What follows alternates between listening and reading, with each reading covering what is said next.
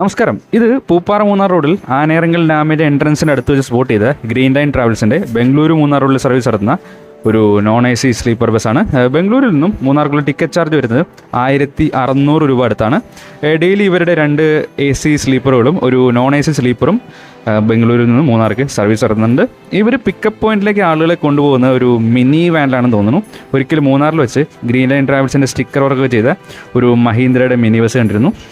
ബംഗളൂരിൽ നിന്നും കൃഷ്ണഗിരി, സേലം, ഡിണ്ടിഗൽ, തേനി വഴിയാണ് മൂന്നാർക്കുള്ള ഈ സർവീസ്.